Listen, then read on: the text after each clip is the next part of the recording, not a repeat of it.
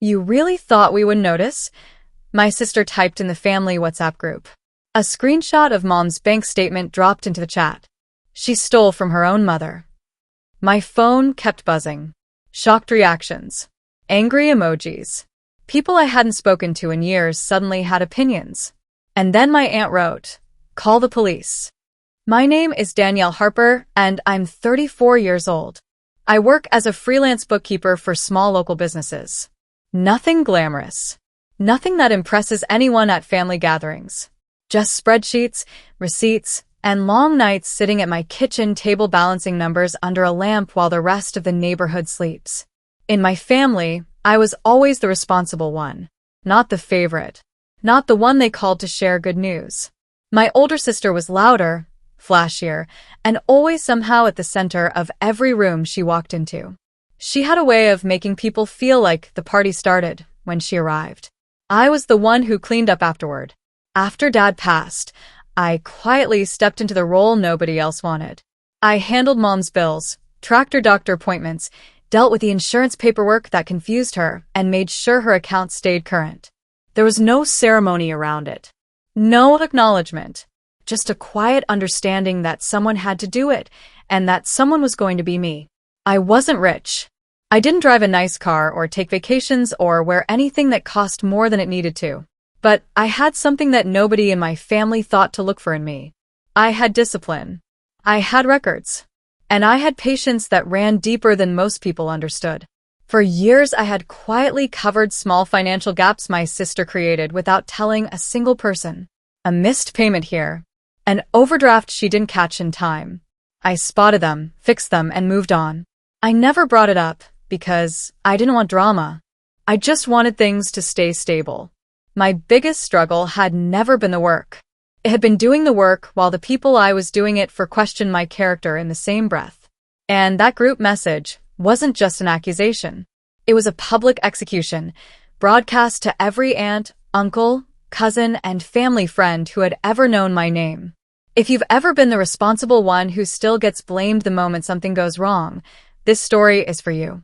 Subscribe if you know what it feels like to carry your family quietly while they question everything about you. Have you ever been accused of something you didn't do? Tell me in the comments below. Click hype if you believe the truth always comes out eventually. Let's go. My sister claimed that $4,200 had gone missing from Mom's account over the previous 3 months. She didn't bring this to me privately. She didn't call me and ask for an explanation. She built her case in the family WhatsApp group using cropped screenshots with certain transactions highlighted in red and others conveniently cut off at the edges. The presentation was careful. It was designed to look damning without showing the full picture. "You're the only one with access," she wrote.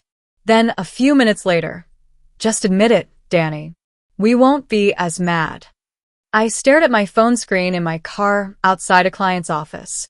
The afternoon sun was hitting the windshield at a harsh angle and the heat inside was suffocating. I read the messages 3 times.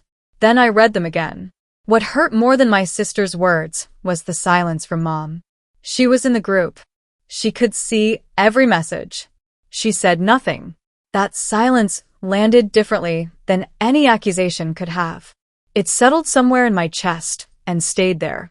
My aunt sent a voice note saying she was ready to file a report. My sister replied that she was just protecting Mom and that someone had to step up. Extended family members began messaging me privately, asking carefully worded questions about whether I was having financial trouble, whether I needed help, whether something had happened that I hadn't told anyone about. 2 days later, my sister announced in the group that she and Mom were coming over to collect financial documents. She used the word intervention. She actually used that word. My cousin reacted with a shocked emoji and typed, "I can't believe this." That comment got 7 thumbs up before I put my phone face down and sat in the quiet for a long time. The first thing my sister did after that group message was change Mom's banking password without telling me. She informed the family that I had been removed from financial access for safety reasons. Safety. As if I were a threat to be managed rather than a daughter who had been paying bills on time for 2 years straight. I found out about the password change when I tried to log in to verify a utility payment and got an error message. I called her. She didn't pick up. I called Mom. She answered but sounded tired and distant, like she was reading from a script someone else had written. I just want peace, she said softly. She wouldn't meet the conversation where I needed her to. At Sunday dinner the following week, my sister sat at the head of the table and said loudly enough for the whole room to hear, "Money changes people." She wasn't looking at me when she said it. She didn't have to. Every cousin in that room understood exactly who she meant. Someone whispered. Forks scraped against plates. The smell of the food turned sour in my nose. I ate quietly. I left early. I drove home and sat at my desk and opened my laptop. Then came the part that genuinely frightened me. My sister began pressuring Mom to sign a new power of attorney. She told family members that I was overwhelmed, that I wasn't stable enough to handle the responsibility, that she was only doing what needed to be done. Mom, exhausted and confused by the conflict swirling around her, was being guided toward a signature she didn't fully understand. I started discovering late fees stacking up on accounts I used to manage, bills that hadn't been paid correctly since I was removed, the utilities, the insurance premium, small things that added up quickly when nobody was paying close attention. I sat with that information quietly. I didn't call anyone. I didn't post anything. I opened a new folder on my desktop, and I started building something. What they didn't know about me was something I had never advertised. I keep everything. Every payment confirmation I had ever made from Mom's account was saved in organized folders sorted by month and year. Every text message from my sister asking me to spot her money was archived. I had voice memos from months earlier, casual conversations she had with me in the kitchen, where she mentioned borrowing from Mom's card just temporarily, just until things settled down. She said it the way people say things they assume will never matter. I never planned to use any of it. I kept records because that's who I am, not because I expected to need them. But I had a plan now. A quiet one. I walked into my bank branch on a Tuesday morning and requested full, unedited statements directly from the institution, not screenshots, not partial records, the complete documented history of every transaction across the relevant accounts. The bank officer printed them without asking questions. I took them home and spread them across my kitchen table under the brightest light in the apartment. I found the transfers within the first 20 minutes. Consistent amounts. Moving out of Mom's account and into an unfamiliar online payment service I didn't recognize. I wrote down the service name. I traced the registered email address linked to that account through the transaction reference codes. The email address was not mine. I read it twice. Then I wrote it down carefully in my notebook and underlined it once. I called Mr. Callahan on a Wednesday evening. He had handled Dad's will and estate years ago, and I still had his number saved under a contact name I hadn't clicked on in years. When I introduced myself, he paused for a moment and then said warmly, "Danielle, the organized one." I told him what was happening. I didn't dramatize it. I laid out the timeline the same way I would present a financial discrepancy to a client. He listened without interrupting. He agreed to review the documents confidentially and asked me to bring everything I had. When he went through the materials 2 days later, he found something I hadn't thought to look for. The bank's digital access logs contained IP address records attached to each login request. He examined those records carefully and then looked up at me over his reading glasses. "This is significant," he said. He advised that we request a formal family meeting at his office. He would frame the invitation as a mediation session to discuss financial oversight going forward. My sister, confident that the meeting was designed to finalize removing me from any involvement with Mom's finances, agreed immediately. She told relatives she was finally getting things sorted out properly. The meeting was scheduled for a Thursday afternoon. I spent the 3 days before it sleeping badly and working carefully. The conference room in Mr. Callahan's office smelled like printed paper and leather chairs. The kind of room that doesn't allow for raised voices because the walls absorb sound and everything feels formal and permanent. A clock on the wall ticked steadily. I could hear it clearly during the silences. My sister arrived with the posture of someone who has already won. She set her bag down, straightened her jacket, and looked at me across the table the way you look at a problem you've already solved. "We're here because Danielle abused Mom's trust," she said before Mr. Callahan had finished settling into a seat. "I think we all know that." I said nothing. I folded my hands on the table and I waited. Mr. Callahan opened his folder without looking up. He distributed printed copies of the full bank statements to everyone in the room.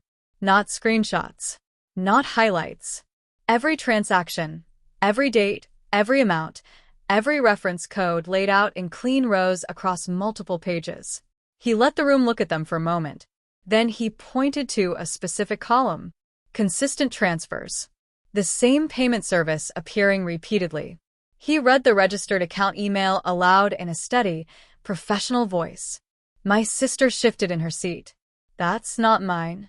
Mr. Callahan turned a page. "The login IP address for each of these transactions matches the registered location of your home address." The clock on the wall kept ticking. He opened his laptop and pressed play without ceremony. My sister's voice came out of the speaker clearly, a casual kitchen conversation recorded months earlier on a phone sitting on the counter. Her exact words, "I'll put it back before anyone notices." Nobody moved. Mom made a small sound. Then she started crying. Not loudly. Just quietly, steadily, the way people cry when something they didn't want to be true has just become impossible to deny. My sister opened her mouth. She said something about stress. About how things had been difficult. About how she had intended to fix it. Mr. Callahan waited until she finished. Then he explained, in the same calm, measured tone he had used throughout, that initiating a power of attorney transfer based on false claims about another family member's competence could constitute fraud depending on how the documentation had been represented. He explained this clearly and without emotion. The room was very quiet after that. My sister looked at the table. She did not look at me. I stepped down from managing Mom's finances voluntarily.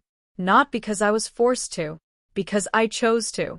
I arranged for a neutral third-party financial oversight service to take over the accounts so that nobody in the family would have to carry that responsibility alone again. The relatives who had sent shocked emojis and private messages questioning my character sent awkward, carefully worded apologies in the days that followed. Some of them called. A few of them didn't. I accepted what came and let go of what didn't. My sister avoided eye contact with me for a long time afterward. Mom called me on a Sunday evening about 2 weeks later. The conversation was short. Her voice was quiet and a little unsteady. "I should have trusted you," she said. "I should have asked you first." I told her it was okay. I meant it. I walked away from all of it not feeling triumphant. Triumph wasn't the right word for what I felt. What I felt was free. My name was clear. The record was straight. And I could finally stop carrying something that had never been mine to carry in the first place. I learned something in all of this that I won't forget. Being quiet is not the same as being weak. Being organized is not the same as being cold. And sometimes the most powerful thing you can do in a room full of noise is simply wait until the evidence does the talking for you. If your family ever accused you of stealing or misusing money when you were the one holding everything together, you already know exactly how that accusation lands. It doesn't just hurt your reputation. It makes you question every sacrifice you ever made for people who weren't watching closely enough. Share your story in the comments. Were you ever blamed for someone else's mistake? Subscribe if you believe truth outlasts rumors every single time. Click hype to help this story reach someone who needs to hear it today. Did this story hit home for you? Let me know by liking the video and sharing your thoughts in the comments below. Click hype to help this story find others who have felt the same kind of betrayal. Your support makes a real difference. And your story might be exactly what someone else needs to feel less alone tonight.